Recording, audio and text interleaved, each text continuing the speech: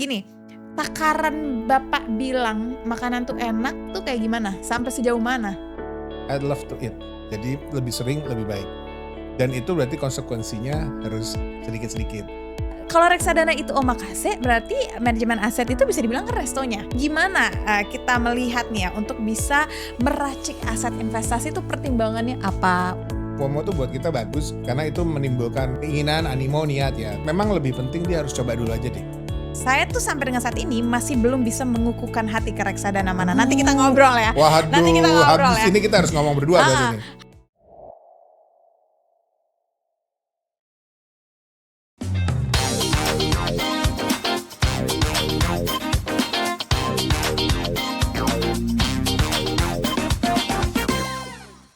Halo teman DX, selamat datang kembali di The Extraordinary Podcast. Dan kali ini kita sudah berada di segmen The Extracurricular.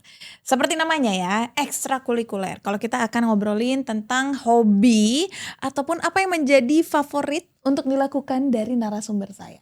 Kalau ngomongin tentang ekstrakurikuler, saya ingat banget dulu waktu saya SMA itu, saya ikutnya paduan suara. Karena memang hobi saya nyanyi. Nah, saya mau tahu nih ekstrakurikuler apa yang diikutin sama Pak Reza dulu waktu Oke. sekolah. Oke, Chef, makasih pertanyaannya. Apa ya kalau SMA dulu senangnya jalan-jalan, senangnya olahraga, basket karena dulu tahun 90-an kan masih Common banget ya happening basket masih ya. basket banget lah. Mm-mm. Bola belum terlalu tapi ya kita basket terus setiap hari. Oh, berarti anak basket yang keren banget gitu dong. Biasanya kan anak basket gitu dong Ya, stigmanya. katanya sih tapi biasa aja sih. Ganti-ganti pacar, kan Aduh. gitu. Kan gitu ya biasanya Oke, stigmanya. oke. Tapi sekarang ketemu hobi baru gak Pak? Sekarang hobi baru, hobinya makan sih. Oh, makan. Karena- Oke. Karena contoh nih, misalnya orang senangnya jalan-jalan kan, saya juga senangnya jalan-jalan dalam dan luar negeri juga. Nah, istri saya kebetulan keluarga saya tuh senangnya city dia Urban, suka city view, ya urban. city view dia senangnya Iya. ngelihat kontur segala macam Iya. dan dia juga sama saya sama. Setiap kita kemanapun kita harus cobain makanan otentik daerah situ. Jadi kalau kita ngobrol makanan, pas kemana kita tahu makanan yang enak, kita Iya, kemana. iya, Jadi iya. dan itu harus kita coba. Nggak usah jauh-jauh deh. Even kalau misalnya kita bicara dari sini mau ke Surabaya, itu sepanjang perjalanan mulai dari di Riset Cirebon, dulu. ya nggak usah riset bahkan sekarang. Jadi kita sampai di Indramayu saya tahu mau makan apa, di Cirebon saya tahu mau makan apa, di Tegal saya tahu mau makan apa, di Pemalang saya tahu mau makan apa. Ibaratnya kayak begitu. Jadi kita berhenti dimanapun, mudah-mudahan saya tahu kira-kira yang enak apa gitu. Dan itu hobi kita sekeluarga. Oh, Begitu. sekeluarga tuh Nggak kompak. sekeluarga. Sebab saya dan istri saya, kalau anak saya ya kadang suka kadang enggak gitu. Dan juga anak-anak kan. Oke. Tapi apa yang menjadi makanan favoritnya sampai dengan saat ini? Karena udah nyobain banyak makanan nih. Dan menurut saya, kalau saya nih, saya tuh taunya makanan enak atau enak banget gitu. Karena saya jarang datang ke restoran yang saya belum pernah coba. Jadi kalau emang Oke. dapat rekomendasi enak, baru saya datengin. Oke. Kalau enggak, saya kayaknya enggak deh. Saya orangnya takut kalau makanan Baik. enggak enak gitu kan. Takut kecewa ya? Takut kecewa. Oke. Nanti saya gerutunya 1 harian Nah. gara-gara makanan gak enak. Nah, Oke. kalau Bapak jadi makanan yang favorit apa? Oke. Sebelum ke favorit ya Chef ya. Kalau tadi saya sudah sama. Semua makanan buat saya enak dan enak banget. Cuman saya kemanapun makanan itu enak sama enak banget. Beda kan kalau tadi kan milih. Nah, jadi kalau kita bicara favorit, kebetulan saya di daerah Jawa Tengah. Saya paling senang tuh soto. Oh. Karena soto tuh variannya banyak. Begitu Iya. kita ketemu di Sunda, Bogor sama Bandung aja beda. Beda. Jakarta beda. Beda. Kita pindah ke Semarang beda. Solo beda. Beda. Jogja agak mirip. Di Jawa Timur ada soto Lamongan, Madura, Surabaya. Itu beda, sotonya beda. literally completely different. Dan itu yang saya suka. Dan karena itu kan berkuah jadi Oh, gampang. seger gitu loh. ya. Iya. Dan jadi kita bisa makan banyak tapi cuman air. Jadi gak merasa Iya, berdosa gitu loh. Iya. Oh, enggak. Ada nih teori kayak gini. Tapi kalau rasa takaran Bapak bilang makanan tuh enak tuh kayak gimana? Sampai sejauh mana? Ya, enak ya. Sebetulnya sih kita bicara kalau buat saya pribadi kan asal itu yang kita suka sebetulnya sih enak-enak aja. Tapi kalau kita bicara makanan enak yang benar, kita harus tahu ingredientsnya dulu sih menurut saya. Jadi isinya tuh apa aja. Bahannya pilihan nggak atau apa segala macam. Terus kemudian cara mengolahnya. Karena kan saya badan agak begini dia tetap harus menjaga juga jangan sampai yang too oily segala macam. Jadi kalau buat saya yang enak itu yang saya makan itu nikmat di lidah, Lidah. tapi nggak ada rasa berdosanya sedikit gitu loh. Jadi kalau buat saya kalau udah ada yang banyak lemak-lemak segala macam kayaknya Nggak juga. nggak dulu, atau yang terlalu Oke. goreng apa segala macam enggak. Iya. Tapi ya oil oke, tapi terbatas. Buat Oke. saya begitu, karena kan setiap orang tuh preferensi enak tuh beda-beda ya Beda-beda, gitu. Kalau buat saya gitu. Tapi Bapak kalau ngomongin habit, lebih baik makan sedikit tapi sering, atau kayak udah 1 hari 3 kali makan tapi langsung banyak gitu porsinya? I'd love to eat. Jadi lebih sering lebih baik. Lebih sering Dan lebih itu berarti baik. konsekuensinya harus sedikit-sedikit. Tapi ada masanya kalau misalnya saya datang ke suatu tempat itu udah enak banget, atau itu all you can eat yang saya benar-benar suka, ya udah saya bisa nggak makan malam dan pagi nggak makan, siang ya saya pol-polin ya, tapi itu sekali aja. Tapi prinsipnya kalau saya lebih senang yang tadi, yang pertama. Makan sedikit Makan tapi sering. Iya. All you can eat favorit Bapak apa emang? Emang boleh nyebut brand Sebut nih? nama tempat, jenis makanan, Jepang kah, Saya suka Korea Jepang. kah? Oh iya, cinta Saya suka banget sih. grill. Saya Iya. suka grill, saya suka Jepang. Tapi ya karena sebetulnya saya yang kuah yang shabu itu kan suka ya. Cuman kan kalau grill itu lebih sehat aja, oilnya keluar semua aja gitu. Iya, lebih Gitu. gurih juga Iya. berasanya ya Pak Iya. ya. Padahal kalau yang sop itu kan orang bisa bilang, nggak itu kan lebih sehat dong, nggak banyak minyaknya. Tapi kan orang nggak tahu dagingnya tuh minyaknya di Daging situ kan semua. ngeluarin minyak Gitu dari ya. oil. Dan kita nggak kerasa gitu loh. Iya. Nah, kenapa saya tanya lebih sering makan sedikit tapi sering atau langsung banyak, itu kan sama juga sama pola investasi ya Pak. Oh ya. Ada yang suka mainnya lamsam langsung gede tapi didiemin aja gitu Oh, kan. oke. Ada yang DCA gitu pelan-pelan Iya. tapi sering gitu. Nah, ini akhirnya membentuk pola risk dari masing-masing orang gitu kan. Ya. Ketika mau lamsam artinya dia punya risk yang berbeda, yang maunya DCA punya risk yang berbeda gitu.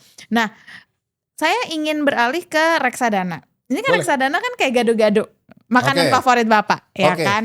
Oke. Kenapa bisa melihat reksadana seperti gado-gado gitu? Oke. Kan ada yang bilang sebenarnya bukan gado-gado juga, tapi ada yang bilang ini kayak omakase gitu, karena udah disediakan, kita tinggal memilih. Tapi Ya. kalau gado-gado kan sebenarnya kita bisa pilih nih, nggak mau ada pare Betul. nggak mau ada kentang gitu. Gimana? Oke.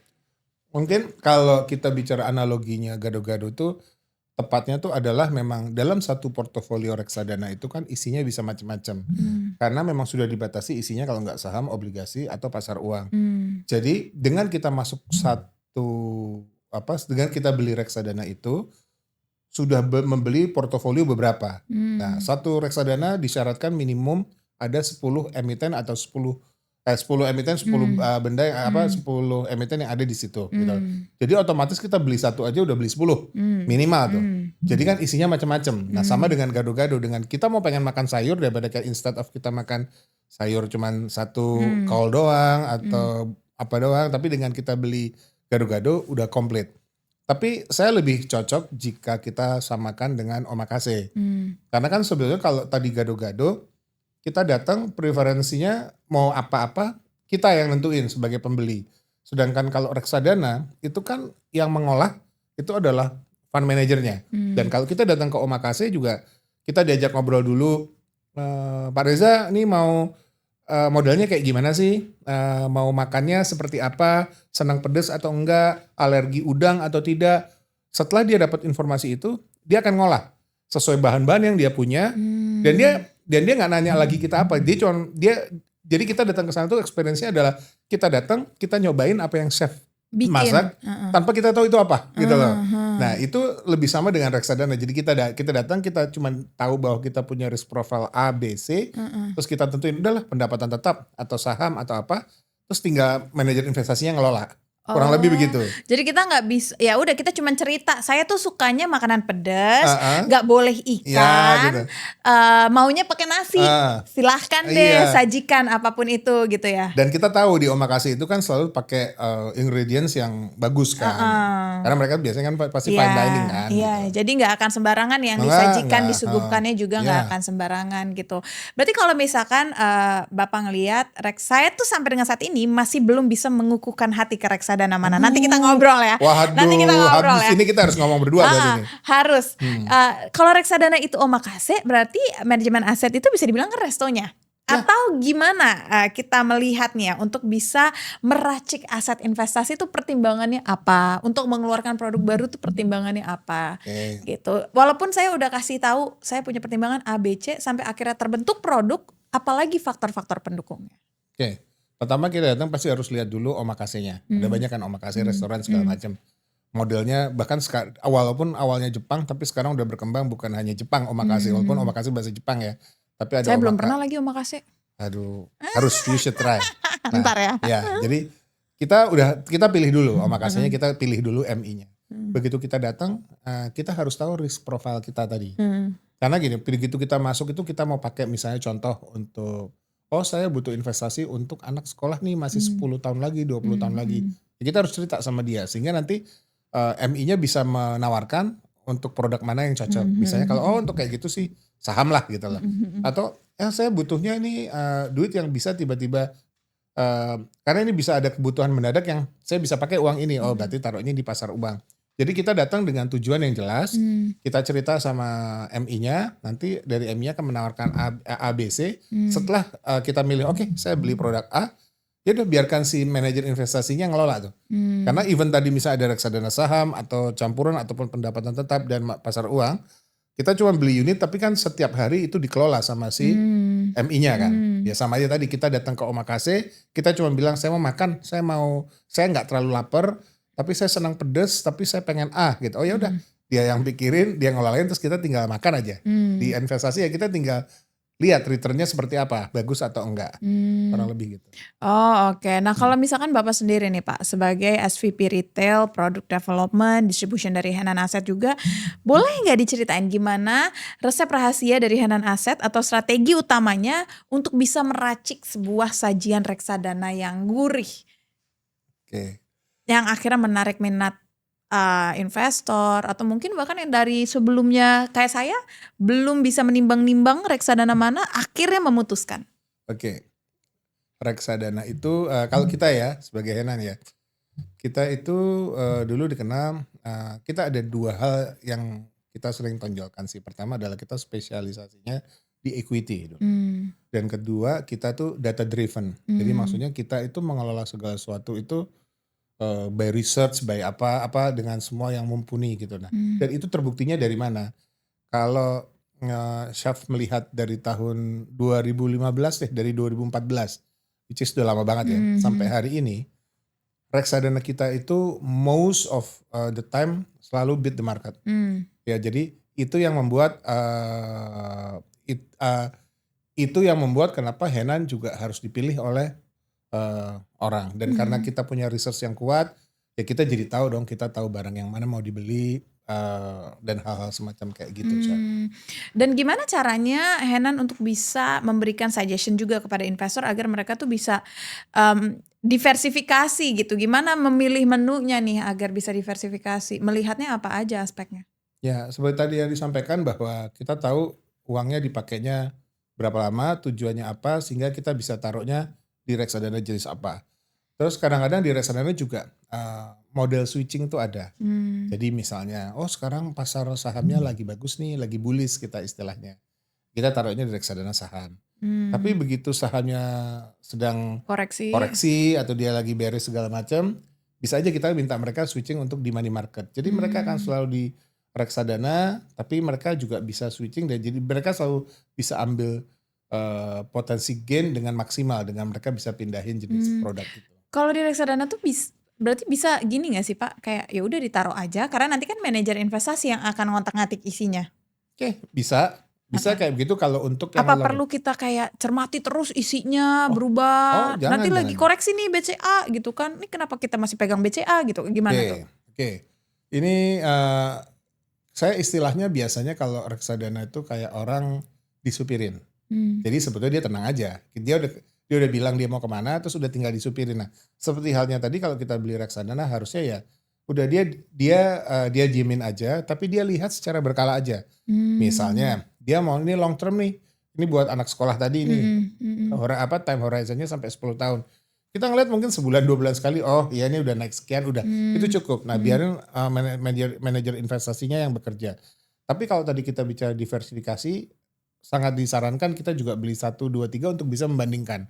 Karena kan kita pengennya walaupun Antar reksadana antar atau antar reksadana saham misalnya contoh gitu. Oh, oke. Jadi Iya. misalkan punya reksadana sahamnya 3 Iya gitu. gitu. Oh. Tapi apa namanya ya diversifikasi itu memang harus supaya karena kita inginnya itu adalah dengan meningkatkan literasi keuangan itu kita inginnya investor tuh juga belajar gitu. Enggak walaupun pasrah tapi jangan pasrah-pasrah bongkoan banget gitu loh. Iya, iya, Dia, iya. dia harus belajar. Heeh. Karena dengan dia belajar dan dia mengerti, dia akan invest more kalau menurut saya begitu. Dan pengalaman saya juga melihat investor-investor gitu, begitu dia mengerti justru malah dia akan Iya, tahu iya, gitu loh. iya. Akan Dan ketika dia belajar mengerti sentimen, mengerti perusahaannya gitu kan, itu dia justru akan nambah. investasi lebih. Nah, gimana caranya nih memadankan rasa, menyambungkan tujuan finansial dengan pilihan reksadana supaya pilihannya tuh tepat sasaran, goalnya tercapai dan kekhawatiran juga bisa ditekan gitu. Oke, ya sekarang soalnya banyak yang FOMO segala macam itu ya. Ya. Kadang ngelihat di returnnya year to date 9% udah kesini aja gitu. Gimana caranya biar kita nggak kayak gitu loh. Maksudnya nggak cuma berpatokan itu doang gitu. Iya, iya. Ya memang FOMO itu buat kita nih prolog dulu ya. FOMO itu buat kita bagus karena itu menimbulkan keinginan, animo, niat ya. Tapi kalau buat saya sekali lagi memang harus dipelajari itu tadi sehingga dia tahu dia maunya apa gitu. Kalau menurut saya gitu. Tapi memang lebih penting dia harus coba dulu aja deh. Nah tapi kalau kita ditanya memadankan rasa supaya pas, ya nggak ada lain kecuali coba dan di monitor, dicoba, dilihat secara berkala. Kalau memang dirasa perlu untuk switching kemana dilakukan. Kalau dirasa perlu untuk coba dengan produk lain juga nggak apa-apa. Tapi dia belajar. Emang harus itu aja kok caranya. Iya, emang harus belajar sih. Harus ibaratnya Dia kamu tahu. nggak akan bisa berenang kalau yang nggak masuk ke air. Itu saya juga itu lucu. Berapa orang bilang belajar, ya udah mau nggak saya ajarin berenang tapi nggak pakai berenang. Ya kan nggak bisa Iya, toh. mau nggak saya ajarin naik sepeda tapi nggak pakai naik sepeda, nggak bisa kan gitu. Iya, Ya nggak udah, bisa. sama kayak gitu. Iya, memang harus kayak gitu.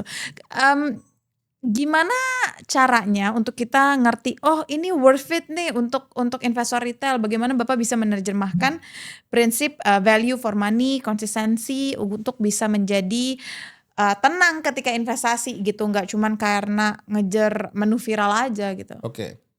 Research terhadap MI-nya itu penting. Jadi kita lihat MI-nya ini siapa dibandingkan dengan MIM yang lain, bagaimana performance mereka selama ini, track record-nya seperti apa, itu membuat investor merasa tenang. Dalam hal ini contoh tadi yang mau saya sampaikan kan misalnya, dari tahun 2014 sampai sekarang kita beat the market terus. Yaitu menjadi salah satu yang menarik untuk bisa dilihat. Itu yang membuat orang harusnya lebih tenang ya. Karena kita datang mau ke restoran, oh ini ada restoran nih udah jelas nih, fine dining, terkenal, mahal, udah pasti bagus. Jadi kita datang.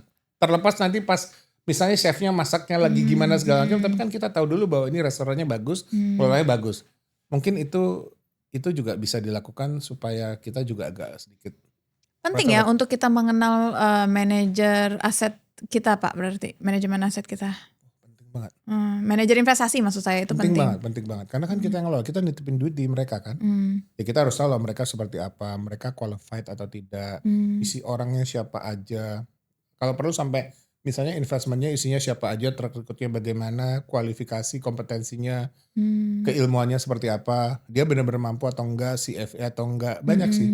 Jadi kita kalau kita tahu, misalnya kita punya teman deh, kita tahu emang dia benar-benar jago ngatur uang kan. Mungkin dari kita nitip 10 juta, 100 juta, 1 M atau bahkan sampai lebih kita akan nyaman. Karena kita tahu dia bisa ngelola. Dari mana kita tahu, oh iya dia lulus S1-nya di sini, lulus S2-nya ini. Dia punya kompetensi, sertifikasinya A, B, C, D, F, G. Dia pernah kerja di bank ini, di manajer investasi ini. Yang membuat kita kan lebih yakin. Itu penting. Oke. Jadi sejauh itu memang kita harus mempelajari bukan cuma dari reksadananya aja, FOMO doang juga enggak, tapi manajer investasi kita juga harus kita kenal gitu kan. Dan baru aja ya Pak, berarti Hanan Asset dapat penghargaan dari CNBC Indonesia. Terima kasih, alhamdulillah. Iya, itu apa Pak? Terkait penghargaannya tentang apa? Terus apa pencapaian yang baru diraih dari Hanan Asset? Kita kemarin dapat di top performing equity fund manager. Jadi kita dinilai sebagai fund manager untuk mengelola portofolio equity yang konsisten. Gitu. Jadi konsisten bagus bukan hanya dalam waktu singkat, tapi sudah bertahun-tahun. Itu yang tadi saya sempat sampaikan, kalau kita lihat dari 2014 sampai ke sini, kita selalu beat the market dan kita konsisten. Dan nggak banyak loh kalau kita lihat MI yang melakukan. Kalau kita melihat MI bisa mengelola equity fund, oh bagus 1 tahun, 2 tahun, 3 tahun, tapi habis itu jelek, itu biasa. Tapi untuk menjaga konsistensi ini yang susah, dan itu yang kita dapatkan kemarin. Karena sebetulnya dari tahun ke tahun, kalau mau dilihat memang fund kita alhamdulillah bagus terus yang equity. Oh oke, equity ya. Nah ini kalau kita tadi sudah ngomongin sampai ke pencapaian ini, berarti kan ada salah satu produknya yang memang juga produk unggulan ya Pak? Ada dong. Nah sekarang saya mau ngomongin nih produk-produk atau menu reksadana yang ada di Bahana DX Trade. Salah satunya adalah produk reksadana HPAM Ekuitas Syariah Berkah. Oke. Betul ya Pak ya, yang kemarin mendapatkan penghargaan internasional dari LSEG Lipper Fund Awards 2025 sampai dengan salah satu reksadana saham syariah dengan kinerja terbaik global untuk periode 3 dan juga 5 tahun. Dan di tengah kondisi ekonomi gonjang-ganjing gitu kan, justru produk ini unggul, konsisten, bahkan returnnya mencapai lebih dari 16%. Oh iya. Lebih dari 16% hanya di semester pertama 2024. Ini produknya cocok buat siapa Pak? Kok bisa fantastis returnnya bisa buat saya? Kalau mau bicara fantastis, ini saya tambahin.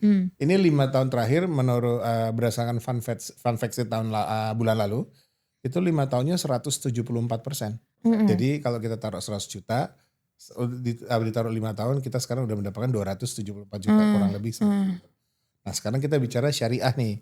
Nah pangsa syariah itu memang kalau kita bicara 10 tahun yang lalu kan khusus, tapi sekarang syariah juga for everybody. Ini cuma hanya masalah cara pengelolaan. Iya. Berarti barang-barangnya kita nggak boleh include bank segala macam. Iya. Tapi biasanya orang bilang kalau market atau pasar itu lagi naik turun, lagi tidak terlalu baik-baik saja. Karena selama ini kita bicara tidak baik-baik saja bukan kemana-mana, tapi pasca COVID ya. Iya. Pasca COVID itu seluruh dunia itu sedang Tidak baik-baik saja. Struggling. Iya. Nah itu yang syariah itu jadi lebih dominan. Kurang lebih biasanya seperti itu. Gitu. Dan kedua, kalau kita bicara fund syariah, kalau tadi saya bilang kalau fund yang konvensional maksimum emiten itu kan 10%. Jadi kalau ada 100%, dia minimum aja harus ada 10. Jadi harus dibagi. Nggak boleh tuh kita beli satu emiten sampai 15 atau 20%, nggak boleh. Walaupun kita tahu itu bagus. Nah sedangkan kalau syariah punya batasannya adalah 20%. Top batasan atas? Batasan per emiten. Oh oke. Jadi kalau kita punya 100 miliar katakanlah reksadana syariah, itu kalau kita mau beli misalnya ada saham A, saham B, saham C, saham D, dan saham E, itu boleh 20%, masing-masing 20%, itu maksimalnya. Oke. Apa implikasinya? Kalau kita boleh beli 20%, kalau kita memang betul-betul mengolah reksadananya dengan emiten yang bagus atau barang yang bagus, begitu dia 20%, pasti implikasinya akan lebih tinggi terhadap performance fund itu sendiri. Iya. Jadi kalau memang kita tepat memilih emitennya, returnnya akan bisa lebih tinggi. Itu yang membuat kenapa syariah banyak diminati sekarang. Oke, jadi nilai tambahnya apa Pak sebenarnya? Apa karena pemilihannya tadi di luar bank dan ada pengelolaannya sendiri, atau apa lagi? Ya, sebetulnya yang tadi itu sih, yang di atas yang boleh sampai 20%. Oh, itu akhirnya jadi bikin masif. Iya. Yang lain tuh cuman 10%. Dan untuk syariah ini bisa sampai 20%. Jadi kalau kita tepat, ya which is kan tadi kita udah bilang kita researchnya banyak. Kita tepat 20% itu akan memberikan implikasi return keseluruhan fund menjadi lebih tinggi kan gitu. Dan di ada lagi juga HPAM Ultima Equitas 1 year to date-nya di 16 September kemarin 15,70%. Ini kan lebih tinggi daripada IHSG, daripada indeks. Betul. Kenapa bisa gitu, Pak? Itu dari syariah bagus ya. Ini yang konvensional pun juga bagus. Nah, tapi cuman tadi 10% itu kan sebenarnya. Ya, tapi kan kita lihat kalau reksadana itu kan karena gini, kita melihat itu langsung 1, 3, 5 tahun. Kadang-kadang bisa aja satu fund itu 1 tahunnya ini lebih tinggi, ini lebih rendah. Tapi begitu di 3 tahun ini lebih tinggi. Karena kan memang pemilihan sahamnya beda-beda waktunya. Tapi kalau kita masuk ke Ultima Equitas 1, karena ini bukan syariah, sebetulnya kelebihannya adalah dia bisa memasukkan saham bank di situ. Oke. Jadi kalau kita mau cerita kemarin-kemarin ini kan ada banyak sentimen positif yang berkaitan terhadap bank. Bank, Setelah bank iya. didiskon habis Iya. sampai Iya, itu. Nah, ada setelah kucuran dana. iya ada kucuran dana lah, Pak Purbaya apa segala Iya, macam. iya. Dan itu membuat untuk teman-teman investor yang senang dengan bank mungkin bisa milih produk ini. Karena kalau saya nggak senang bank, dia bisa milih syariah. Tapi kalau dia senang bank, ya HPM Ultima Ekuitas 1 ini bisa menjadi pilihan. Iya, walaupun bank juga sekarang masih diskon, Pak. Oh iya betul. Belum tinggi-tinggi juga. Betul. Makanya kalau mereka suka bank, kan kalau di syariah nggak bakal ada itu. Tapi kalau sekarang mereka beli ya, tadi udah sebut bank ya, bank-bank yang gede, 5 bank gede Big caps itu, lah. big caps itu kan sekarang masih diskon kan. Kalau kita beli sekarang, terus nanti mereka naiknya signifikan, kan lumayan kan. Iya, Mereka bisa iya. dapat gain di situ. Oke. Apa standar dari emiten tuh bisa masuk ke reksadana ini? Gimana proporsinya, Pak? Apa standar emiten masuk ke reksadana? Heeh. Ya, sebetulnya kan semua emiten yang ada di bursa boleh ya masuk. Cuman kalau kita tanya spesifik yang Henan lakukan, Henan tuh punya scoring untuk semua hal. Makanya tadi kita bilang bahwa kita tuh data driven dan segala macam. Even untuk emiten, analisanya itu berlapis. Kita pertama lihat fundamentalnya dulu, ownership-nya bagaimana, track record-nya seperti apa, baru nanti kita masuk tuh ke teknikalnya seperti apa, dan data-data yang nanti akan mendorong dia akan naik juga seperti apa. Layernya tuh sampai ke situ. Sama halnya kalau kita juga mau melakukan penempatan, kan penempatan di deposito bank juga bisa kan. Iya. Itu bank kita scoringnya tuh sampai jelimet, satu bank tuh bisa ada 15 kan 16 Indikator scoring, penilaian. dan itu kita lihat semua dan kita buat scoringnya. Oke. Itu yang membuat, makanya selama ini produk kita insya Allah alhamdulillah baik-baik hasilnya melebihi market dan tepat gitu. Iya. Kalau misalkan nih Pak, ada yang takut nih sama fluktuasi gitu, maksudnya ya risknya lebih moderate to low lah gitu kan. HPAM juga punya produk HPAM Ultima Money Market. Nah ini isinya apa Pak? Dan kelebihannya dibanding RDPU lain apa? Oke. Money market itu kan sebetulnya kan reksadana yang isinya 100% pasar uang ya. Pasar uang itu adalah penempatan di bank, bisa deposito, giro segala macam, dan obligasi yang mau jatuh tempo dalam waktu dekat, ya. Di bawah 1 tahun. Berarti SBN dalam kurang 1 tahun gitu ya Pak? SBN corporate boleh semua. Iya. Nah cuman masalahnya adalah ya orang-orang yang nggak takut sama saham, masih belum berani, ya mereka lebih baik di sini. Nah kenapa ini lebih bagus? Return di kita tuh 5-6% range-nya. Berarti hanya dengan gampangnya uang 50.000, 100.000 mereka udah bisa menikmati return sampai 5-6% per tahun, dan itu tanpa dipotong pajak. Karena kita sama-sama tahu bahwa reksadana itu bukan merupakan objek pajak.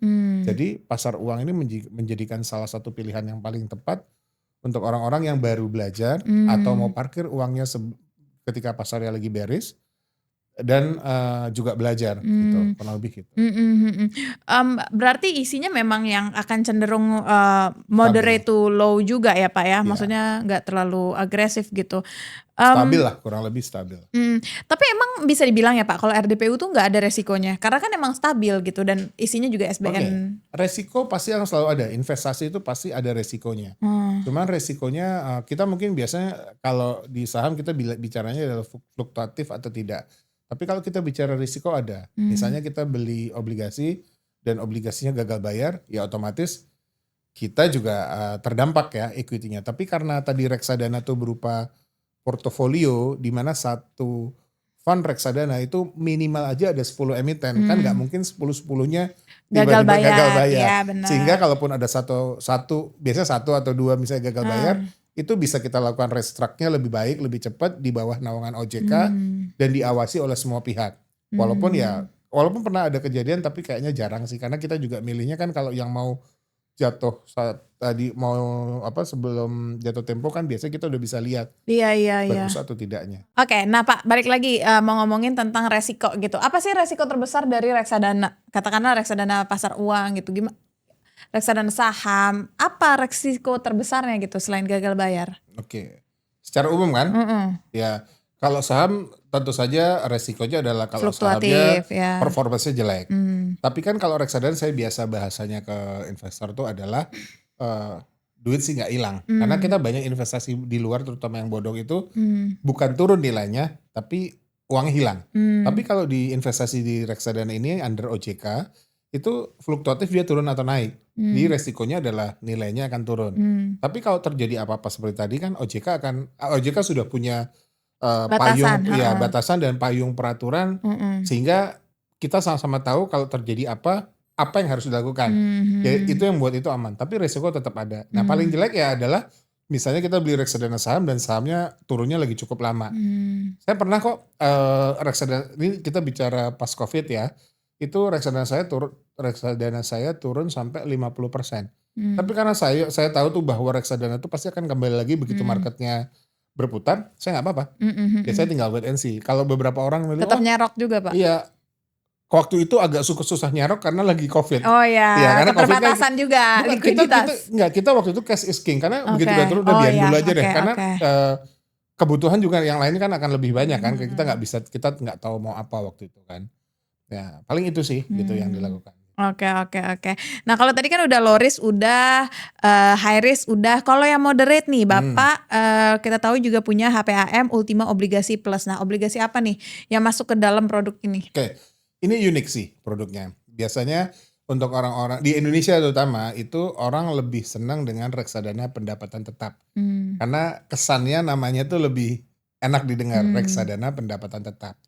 Tapi sebetulnya juga ini kan karena isinya full obligasi, di mana obligasi kan returnnya atau yieldnya berdasarkan dari kupon yang dia dapat dan sudah terjadwal, sehingga namanya jadi pendapatan tetap. Nah, untuk teman-teman yang masih takut di saham, tapi yang takut di saham atau yang mereka udah biasa di bawah tapi mau dapat return lebih tinggi, ya mereka masuknya harusnya ke pendapatan tetap ini. Nah, punya kita yang obligasi plus itu uniknya adalah gabungan dari obligasi pemerintah dan obligasi perusahaan. Obligasi pemerintah lebih secure karena jaminannya pemerintah, tapi mereka lebih fluktuatif, harganya bisa naik turun. Nah obligasi korporasi ya resikonya satu level di bawah yang tadi pemerintah. Tapi tetap aman juga, tapi kuponnya bisa tinggi dan mereka lebih stabil. Oh justru korporasi lebih stabil Pak dari pemerintah. Iya. Karena kan mereka jarang diperjualbelikan di market. Kalau kayak di obligasi pemerintah SBN, FR itu sering. Kan kita bisa beli harga sekarang 100,2, tiba-tiba besok naik jadi 100,5, 101, 102 gitu loh. Gitu. Jadi yieldnya bisa jadi turun kan kalau kita belinya di premium. Nah balik lagi ke tadi, jadi ini aman tapi harganya fluktuatif. Kalau ini stabil dan returnnya lebih tinggi. Jadi ini merupakan paduan yang tepat untuk bisa dapat keamanannya dan returnnya bisa dimaksimalkan. Tinggal komposisinya itu rahasia perusahaan. Tapi paduannya adalah itu. Dan yang paling penting adalah semuanya kan obligasi, surat hutang. Jadi harusnya ya lebih secure juga gitu ya. Nah, kapan waktu yang tepat kalau misalkan mau masuk ke Ultima Obligasi Plus ini dan gimana melihat kecocokannya sama goals kita juga? Oke. Sebetulnya kalau obligasi sih karena tadi ini pendapatannya hasilnya tuh berdasarkan kupon yang sudah terjadwal itu bisa masuk kapan aja. Tapi kalau sekarang alangkah lebih bagusnya karena kita melihat ke depan itu kan The Fed juga kayaknya mau nurunin suku bunga lagi. Indonesia juga kayaknya ada ruang untuk bisa nurunin suku bunga lagi. Jadi kalau suku bunga turun, obligasinya kan harganya akan lebih tinggi. Iya, tinggi. Itu bisa ada potensi gain tambahan dari situ. Berarti sampai dengan akhir tahun ini masih bisa lah ya. Karena kan The Fed masih bilang mau dua kali ya kan. Oktober dan November atau masih 2 kali lah.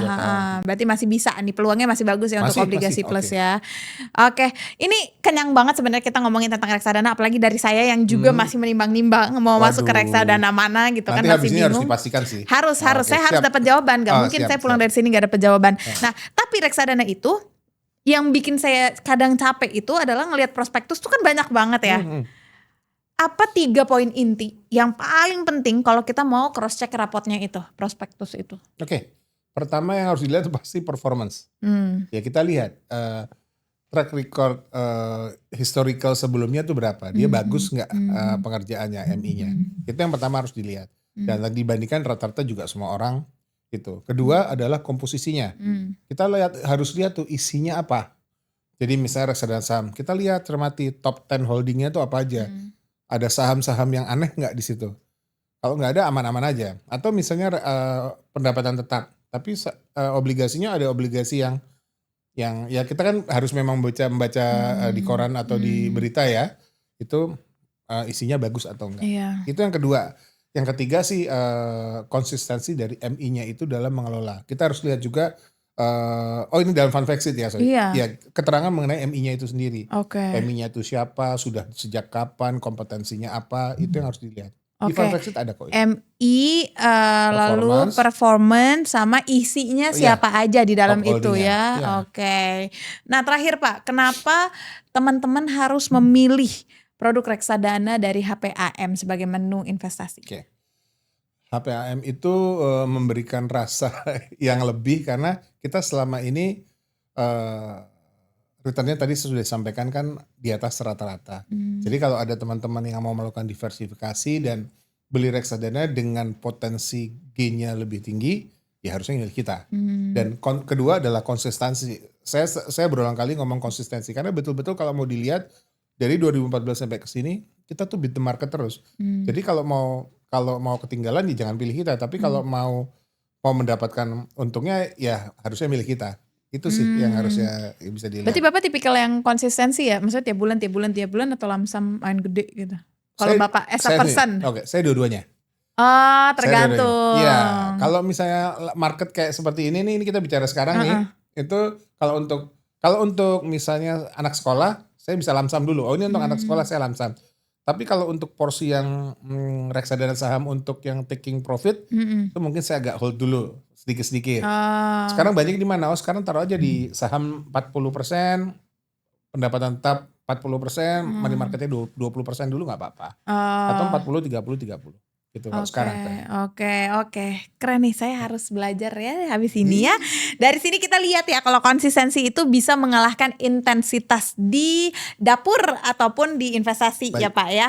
Dan tadi kita udah belajar juga gimana caranya memadukan rasa atau taste agar goals kita bisa tercapai, dan itu nggak gampang dan itu perlu dipelajari. Sama kayak menu makanan harus di cross check dulu siapa restorannya, siapa yang masak, kompeten atau tidak.